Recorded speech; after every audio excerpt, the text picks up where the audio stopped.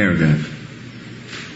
The whole process of spiritual culture is aimed at changing the heart of the living being in the matter of his eternal relation with the Supreme Lord as subordinate servant, which is his eternal constitutional position. So, with the process of devotional service, the reaction of change of heart is exhibited by symptoms. It's not the change of heart, it's the symptoms of the change of heart. And he gives two things: detachment and attachment. Detachment from the sense of material enjoyment by a false sense of lording it over the world, and an increase in the attitude of rendering loving service to the Lord. So just a little refresh on the topics that Shikshastakam represents.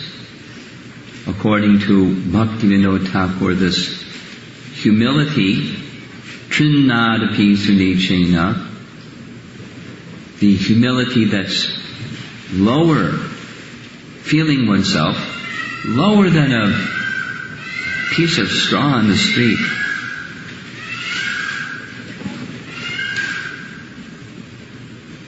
Bhaktivinoda Thakur describes this as a kind of humility that's devoid of any sense of material proprietorship or wanting to be the enjoyer of matter. This enjoyer of matter spirit is what brings us to the material world. Devoid of that enjoyment of matter spirit, that's the I'm superior to matter mood, and I'm the enjoyer of it mood. But when devoid of that I am the enjoyer of matter mood is where the baseline of the spiritual conception of humility, where what matters to me is not matter. What matters to me is relationship with Krishna, or striving for that, cultivating anukodena Krishna anushilana, striving for that under the directions of Rupa Goswami, which means the teachings of Lord Chaitanya. That humility, I'm going to connect some of the points made previously with this verse. That very, very, very nice verse that Raghunath Das Goswami wrote in Danakeli Chintamani. If you remember, above the Radha Krishna Balaram temple at Terkadamba,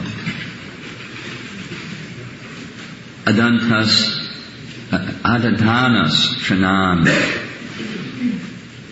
Dantire. He's lower than the straw, he's taking the straw in his teeth. And idam yache punak punaha. He's begging this again and again. What is it that he's begging? He wants the dust from the feet of Rupa Goswami. Srimad Rupa Padam Bhoja Ambuja Pada Ambuja, from the lotus feet of Sri Rupa. Rajoham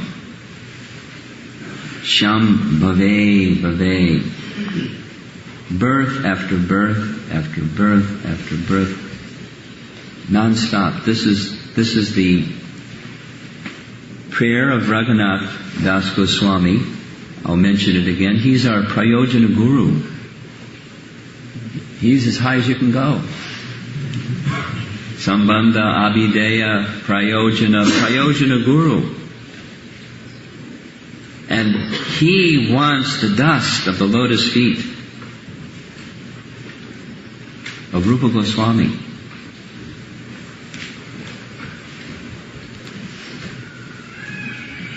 who received the mercy of Chaitanya Mahaprabhu, confirmed by Chaitanya Mahaprabhu directly, twice in Chaitanya Charitamrita is described. He received Lord Chaitanya's mercy. Raghunath wants that mercy. And he's not going to Lord Chaitanya, he's going to Rupa Goswami's lotus feet, or when he was in Puri. He wouldn't approach Lord Chaitanya directly, he approached Lord Chaitanya only through Swarup Damodar. He was the Raghu of Swarup, the servant of the servant of the servant. That's the elevated position. That's how one comes to an elevated position. It's how one's steel-framed heart can change. Now I'm going to go back to the previous verse. This verse is about the holy name, but guess what the previous verse is about? It's receiving the dust from the lotus feet of the devotee. To that holy name. And if one tries to concentrate on the holy name, I saw a lot of devotees this morning trying to concentrate on the holy name. But if that effort to concentrate the holy name doesn't result in the change of heart, well, the verse is saying one's heart is steel-framed. How do you melt steel-framed hearts? What's that agent? It's not just heat, the heat of effort. It's mercy. One has to be eager for mercy along with making the effort of concentrating the mind. Then the mind can change. Here's the previous verse, text 23. That person who has not at any time received the dust of the feet of the Lord's pure devotee upon his head is certainly a dead body. Like, there's no soul present. That's a dead body. In the purport, Prabhupada quotes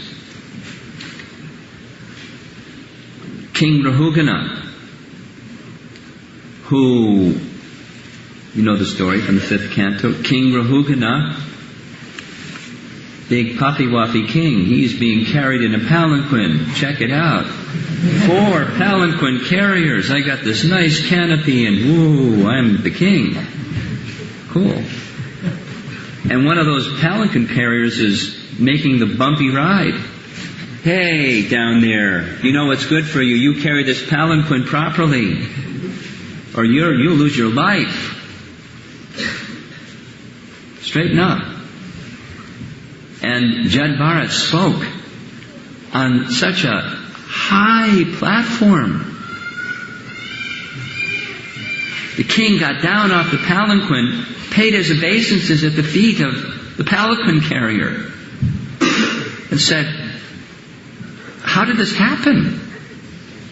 You're this ordinary guy, Sudra, but you're speaking not like a Sudra, you're speaking as an Uttama Adhikari, perfectly realized soul. How did this happen?" And Jad Bharat replies, "It cannot happen except but one way. Vina mahatpada rajo bhishekam." By getting the dust, pada raja, the dust from the feet of Mahat pada rajo abhishekam.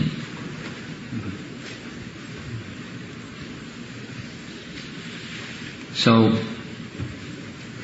he's in this, he doesn't care about designation. He's carrying the palanquin of the king, or speaking eloquent words, or whatever it is, doesn't matter, service. Just some service. But his consciousness is fixed on the personality of Godhead. How is that possible? Only one way is it possible. Only one way is it possible. It is never attained by tapasya, Vedic worshipping processes, acceptance of the renounced order of life, the discharge of the duties of householder life, the chanting of Vedic hymns, or the performance of penances in the hot sun, within the cold water, before the blazing fire, etc., etc., etc. Although there are many activities that can be done that are beneficial, elevating,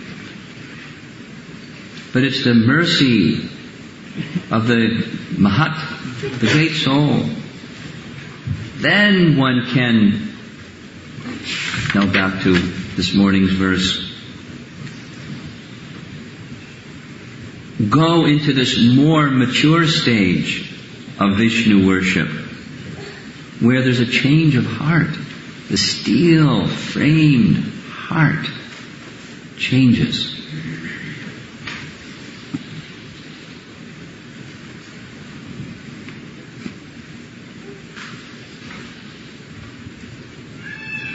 Continuing. Vidhi Bhakti, or regulated devotional service by the limbs of the body, namely the eyes, the nose, the hands, legs, and as already explained here and before, is now stressed herein in relation to the mind. Some of you were at the Festival of Inspiration. Yes, how many were at the Festival of Inspiration? You remember that chart that Satyananda Swami drew? That the Gopurams, the Dvarams, the four levels of body or physical, then mind, then heart, and then the soul. Remember that? Here, it's right here in the purport. We're chanting. We're on this, we got this mercy. So we're Hare Krishna. But to get to the change of heart, the mind has to be fixed in practice. Not only Hare Krishna, but the mind has to be with Hare Krishna. Be present with the holy name. And not only like just hang out. Yeah, that's a good start. Hang out with the holy name instead of being somewhere else while the mind or by the mouth and lips are forming the words. Have the mind be present. Then in a devotional mood, then this change of heart starts to take place. Then the pure holy name, because that's what this Shikshastakam 3 is about, to experience the pure holy name. And as one is advancing in Krishna consciousness, what's the price? According to Rupa Goswami, eagerness. And with eagerness comes these two things: effort and calling for mercy. And you need a deliverer of mercy. According to the teachings of Chaitanya Mahaprabhu, we pray to Krishna, but we don't see Krishna separate from those who are the deliverers of Krishna. That's Rupa Goswami's teaching, that's Krishna's teaching, Lord Chaitanya's teaching. We see the mercy of the devotees as the deliverer of the mercy of Krishna, just like Raghunath Das Goswami. He's as high as you can go, and he's showing us. It's not like he's just teaching us, this is how to do it, guys. He's feeling that. Puna, Puna. Srimad Rupa Padam Hoja.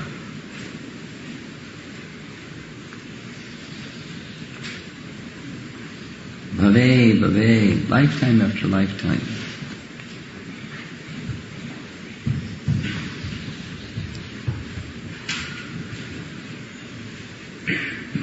So, from the mind to the heart, and the transformation of heart.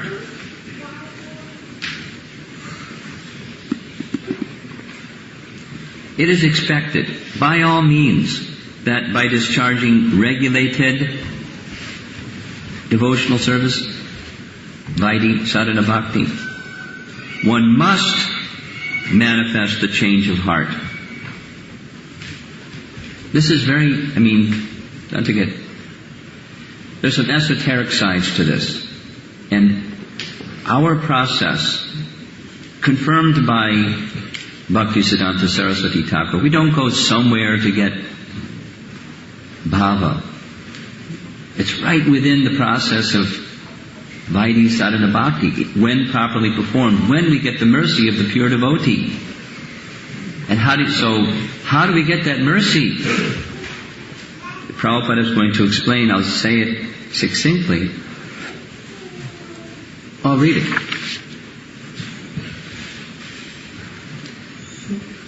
From the previous purport, the conclusion is, therefore, that one should be more serious about seeking the mercy of the devotee than that of the Lord directly.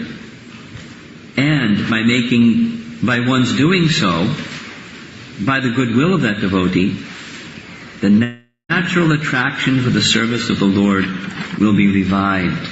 So that mercy, seeking the mercy, okay, got it. How do we go about seeking the mercy? How do we get that dust? Prabhupada explains in this purport, I'm not going to read the whole thing, it's a long purport, but it's within the instructions. There's dust particles in the instructions. Take those instructions within the heart. You've got the dust particles, and make those instructions manifest in this.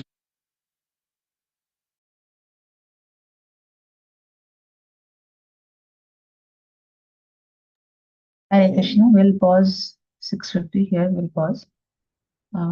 Any realization or comment? Hare Krishna, Sarvare Mataji, Danda Pranam. Please go ahead.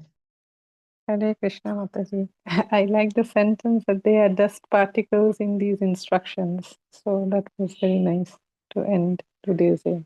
Thank you, Mataji. Hare Krishna. Thank you for the highlighting such an important thing. It's just the blessing which can take us forward. Any Hare Krishna, Jana Krishna, Prabhu, Danda Pranam. Please go ahead. Nanu Pranam Mataji. I like this King Rahugana. He was paying obeisance to Jada Bharata. How he understand that he is a very knowledgeable person based on the conversation with him. So that conversation I like Mataji. Thank you. Yes, and in one sense, I admire the King Rahugana also, because he did mistake in the beginning, but then the moment he heard something which was beyond his expectation, he accepted his mistake and bowed down in front of Jad Bharat, asking him the guidance. And so I think I appreciate even his mode, that whatever was in the beginning, but afterwards he corrected himself. Anyone else?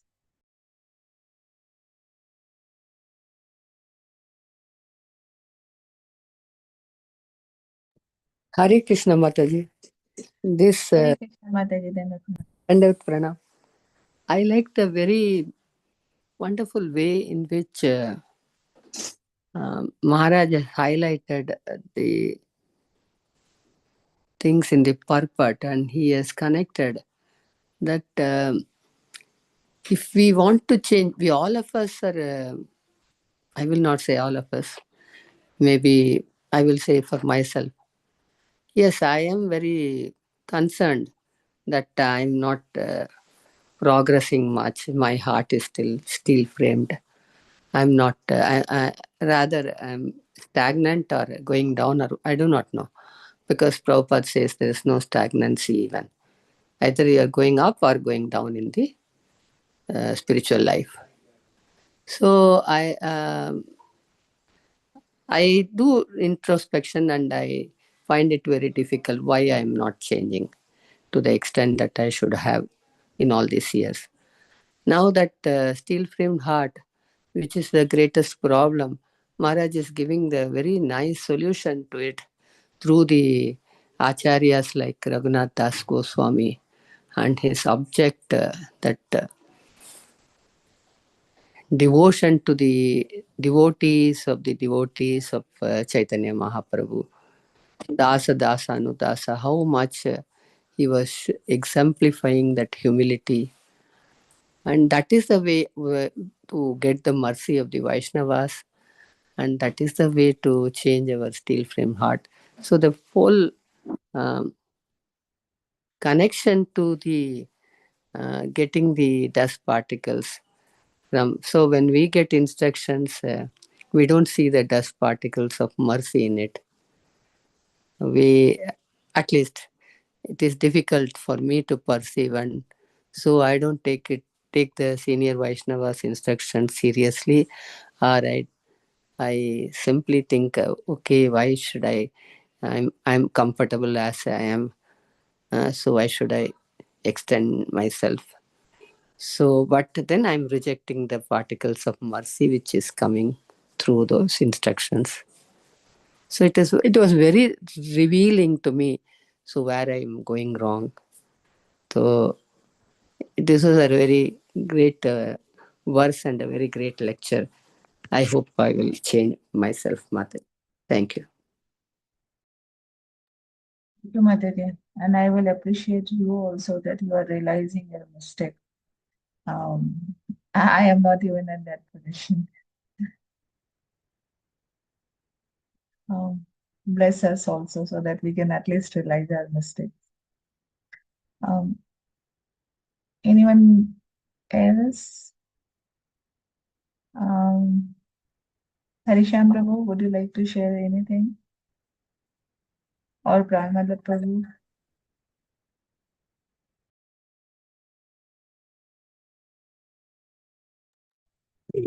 I like this very pithy statement Maharaj made. Let the mind be fixed not only on the practice but also on the holy name. So most of us, myself, okay, so we try to follow as a ritualistic way of chanting and everything, but here Maharaj is making like a very one-liner. Is encouraging that what is behind our practice, what is the intention behind the practice, and how to go about developing the eagerness. So I just like that statement. Correct. Thank you, Prabhu, for sharing. Shamgun Prabhu, would you like to share? Thank you.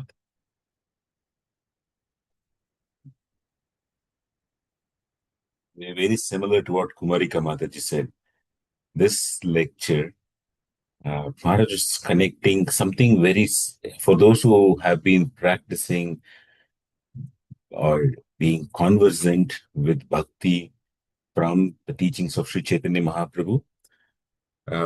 Maharaj just took this very simple verse, it's very profound verse, but he took this very simple verse and connected in a way which can touch the hearts. He connected in a very profound way, I feel, like what Kumarika Mataji said. Everybody will find something in this lecture. So firstly, this lecture is the one given in Gita Nagari as part of a retreat. And if you all were to hear Maharaj's lecture, sometimes it's a Bhagavatam class, sometimes it's a special class, and this is one of those special classes here.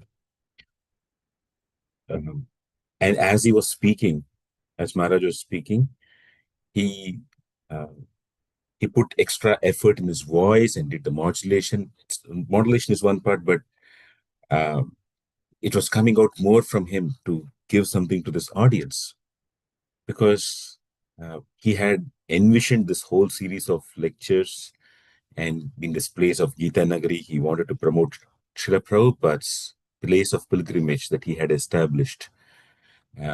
So to make people very happy and get something from Gita Nagari, he was putting all the more effort. So the mood of service that here I want to do for Prabhupada, something, my spiritual master, and these devotees have come here for me. Let me do something so that they keep coming again and again to this place. Let them get something of value. And for that purpose, the voice with which he was telling, that itself was like the real mood of a servant. How can I serve from the side of Maharaj? That's one. Number two,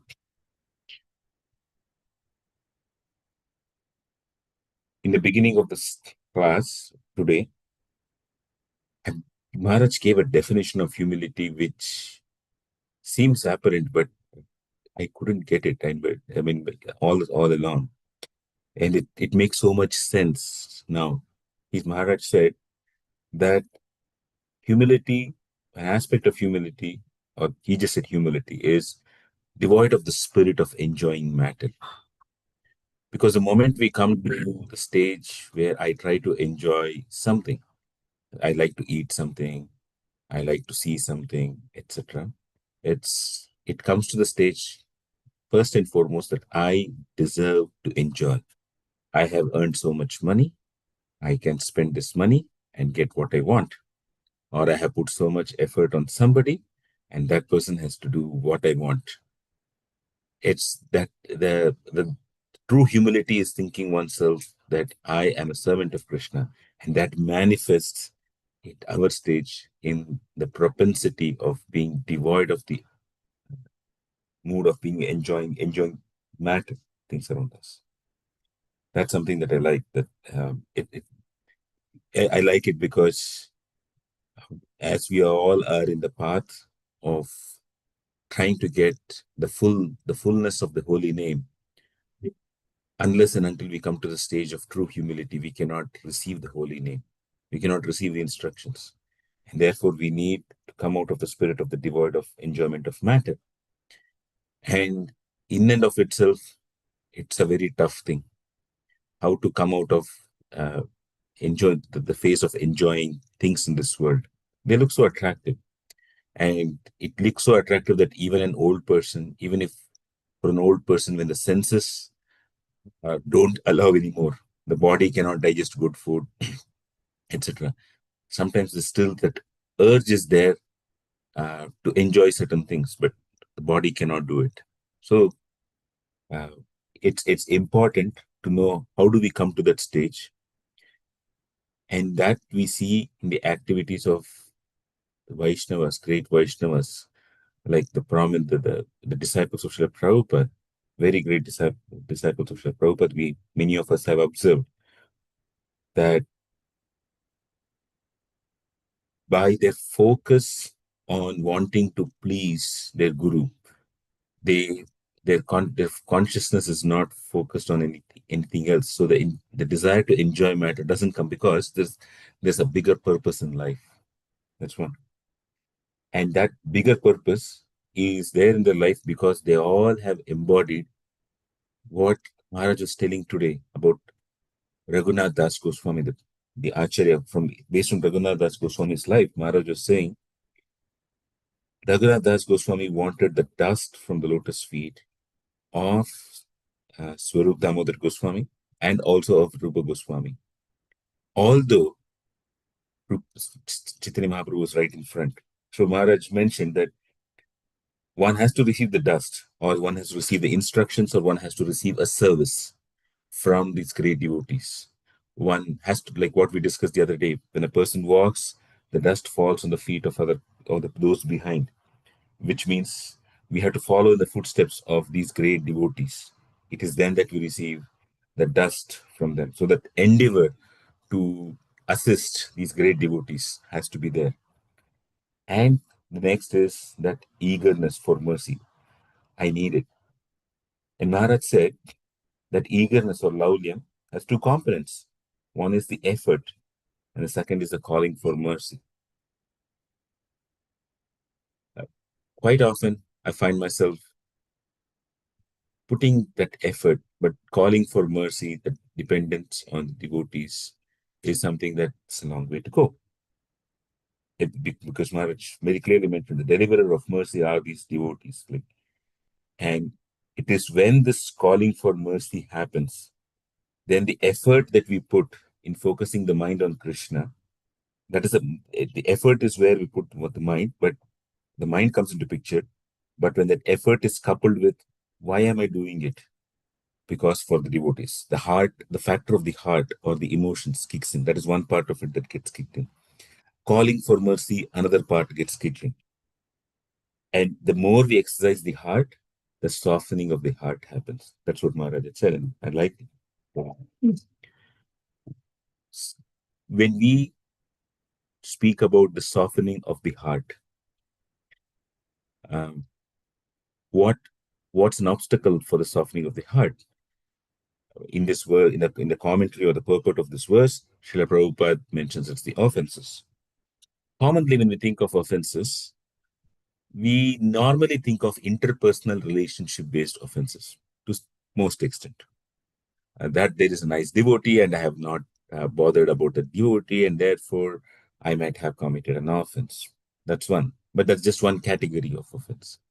There are other categories of offense, and they come in the category of nama aparad.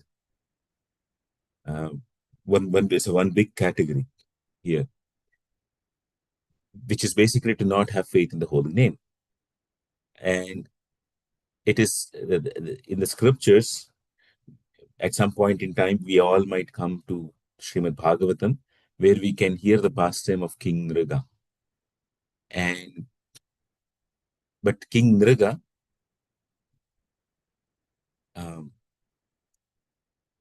the thing with King Nriga was he had to go to Yamaloka. He did engage in devotional service.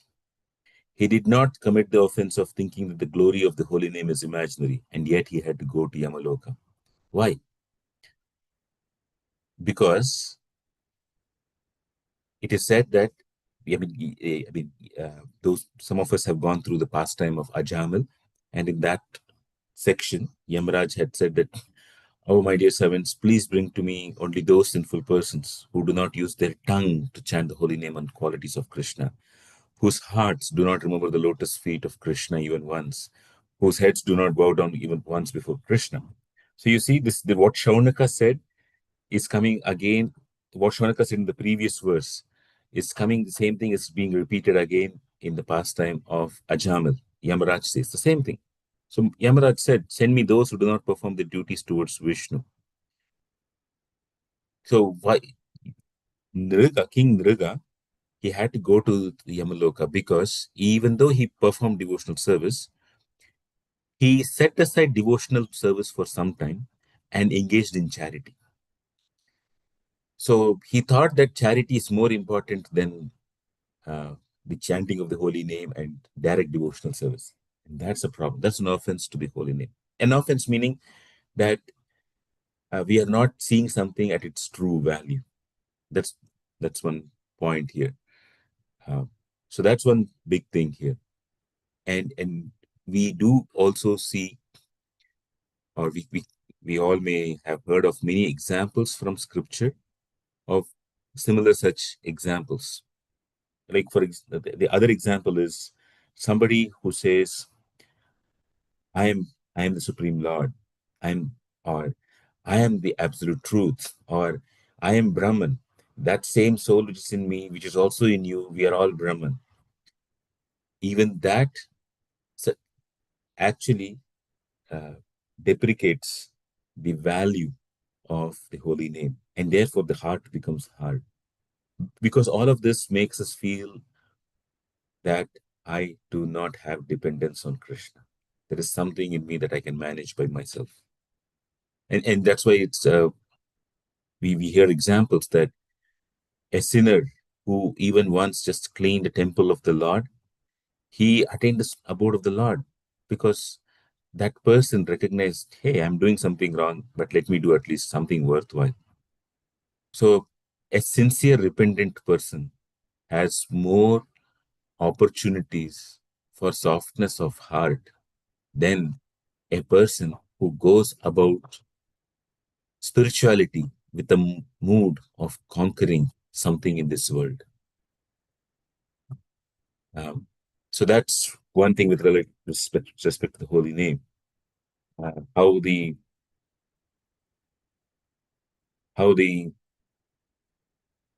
heart can become soft. And in this softness is the calling for mercy. And there's the other aspect of other offense to the holy name, which is to disregard the instructions of the spiritual master. The instructions of the spiritual master are many. Chant 16 rounds. Follow the 4 regulative principles. They may be given assignment. And to do it, it is not easy. Why? Because we have many things to do in life. We have our roti kapda makan business, and in the pursuit of this roti kapda makan business, we find it sometimes very tough to do so many things. It's so tough to chant the holy name and find time to chant the holy name. And Srila Prabhupada is our Shiksha Guru. He has given us that come do whatever possible, just chant 16 rounds. And to put it in perspective, when Prabhupada's Guru, Bhakti Siddhanta Saraswati Thakur, he used to give japa beats. It was not always mandatory for devotees to chant 16 rounds. He would say one thing though, in Bengali. I can't say in Bengali, I don't recollect the Bengali phrase, but I think Sharbari Mataji can figure it out somehow. He would say, never starve your japa beats, which means never have even one day where you don't chant. And he would say, chant a fixed number, chant, and to most of them, he would say at least chant 4 rounds. And here comes Srila Prabhupada. The common thing Srila Prabhupada said is, I have never done anything against what my spiritual master does. I just keep following him in his footsteps. So Prabhupada's Guru told to chant, for some of them 4 rounds. For his sannyasi disciples, he used to chant 64 rounds. So it was different standards for different folks. But Prabhupada told 16 rounds. And what Prabhupada did was, he also used to chant 4 rounds at a time, but 4 rounds in the morning, then 4 rounds while having lunch, 4 rounds in the evening, 4 rounds before going to bed, something like that. He used to finish 16 rounds as a householder. And Prabhupada, as an acharya, figured out that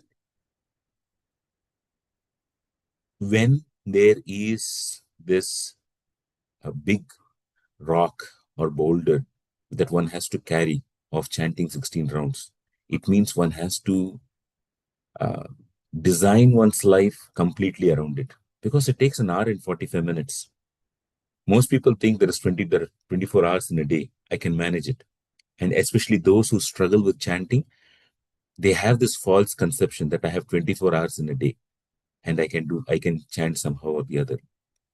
But the truth is, first and foremost, most people cannot do not have enough energy after sunset, after 6 p.m. or 7 p.m. That's a big thing. And even further, after 12 o'clock also, there is not enough energy. So what Srila Prabhupada did is, by making this chanting 16 rounds, he made us dependent on his in mercy, on his instructions, that please give me the strength to chant. It's not about chanting 16 rounds and achieving a target. It is about, I need help. If we are given too small a target, we don't get the humility, and the softening of the heart doesn't happen. But when we are given a target which is way beyond us, then we realize, I need help. And that is when the magic of Krishna, the magic of Rupa Goswami, the magic of Prabhupada, and all the acharyas in the parampara comes to us. They are waiting for us not to achieve chanting 16 rounds. They are waiting for us, asking them for help. They're waiting for us to say, something may happen in my roti kapada makan business, but I need you. And then they will be ready Even if we don't do it, but when we have that attitude for it, it suddenly, it is like they carry us forward. We seem to be floating because it is that mercy from their heart which makes us float. And then we realize it's not me. And that causes the softening of the heart. That's it, Mataji, from myself. Thank you, Prabhu. Thank you for showing us the path, which at least I can try to follow. Okay, 7:13. We'll close our session today. Hare Krishna Mataji. Hare Krishna, Prabhuji. Then that ma'am, please go ahead. Yes, Mataji. So here Samkund Prabhu explained very nicely like how the Maharaj mood is here, even though we don't understand some points, but now he clearly explained and the importance of chanting, how we should give importance to that in our daily life. So really it connected to me. So it's very nice. And one more thing is I'm taking this opportunity to wish Samkund Prabhu on this day, on his special day. Happy birthday, Prabhu. Even though you locked. Thank you very much, Prabhu, your guidance. And one more stalwart, our Kumarika Mataji and Lakshminarayan Prabhu, happy wedding anniversary on this day. Thank you. Happy wedding anniversary, Mataji. Thank you. Hare Thank you. Thank you, Ashok Prabhu, for reminding. Hare Krishna. Very Thank you, happy Prabhu. Krishna conscious birthday, Shyamkund Prabhu and Kumarika Mataji, Jagannath Prabhu. Very happy anniversary. Happy Thank Krishna conscious Please birthday, us in our Prabhu. your Thank you very much. Pray for us. please pray for us Hare and Krishna Anniversary Mataji. our best wishes to you, Prabhu, to continue with the same energy and effort to guide all of us. Thank you very much. Let's all pray to Lord Narasimhadev to give good health and engage more and more in the services of Guru Maharaj.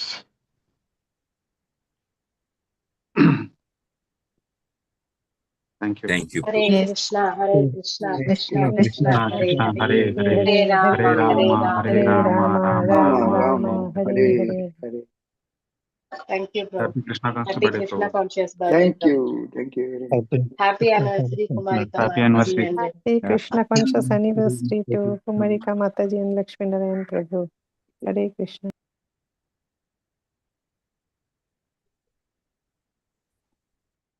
Very bold. Good. So it's a very important day for all of us. Two of our pillars have the important day.